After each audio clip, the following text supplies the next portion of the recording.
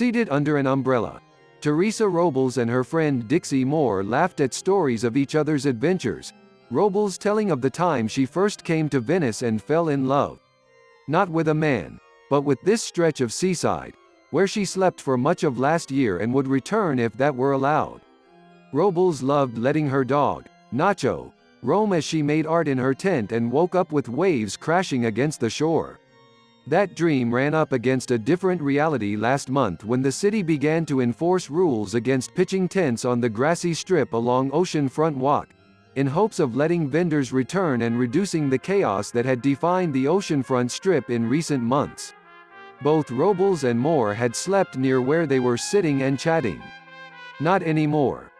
After a month of intensive outreach, persuasion by police and park rangers, and painstaking separation of valuables from the jerry-built structures and furnishings, Robles and Moore were two of the roughly 200 campers who were removed from the famed half-mile stretch. All were offered someplace else to live. A few in apartments, many in private but temporary rooms in hotels, and a few in congregate shelters. Most took up the offer. The beach and the boardwalk, with its clothing stores, henna tattoo stalls and restaurants, among other attractions, had few tents left Friday after an intense 6-week infusion of resources to help the unhoused sleeping there find new places to stay.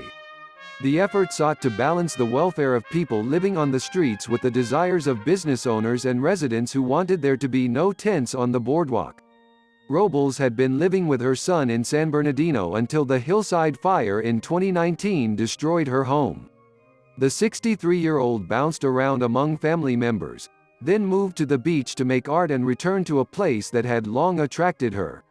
Robles and Moore landed at the Cadillac Hotel, just off the boardwalk, and despite her desire to return to the beach, Robles said she enjoys the queen-size bed, free TV and 3 meals a day. She was frustrated that security guards confiscated several of the scissors she uses for her art and that they don't let her bring in the vodka she likes to drink. A nonprofit veterinarian came to the hotel and pulled some of Notcho's teeth that had become infected. Robles now wears one of his fangs like a pendant around her neck. "The hotel is nice," Robles said. "I went to the shelter for a week when I first arrived, but Notcho and I didn't like it. It wasn't really private enough." Moore sat at her side on the sand, inspecting the beach scenes Robles painted on shells.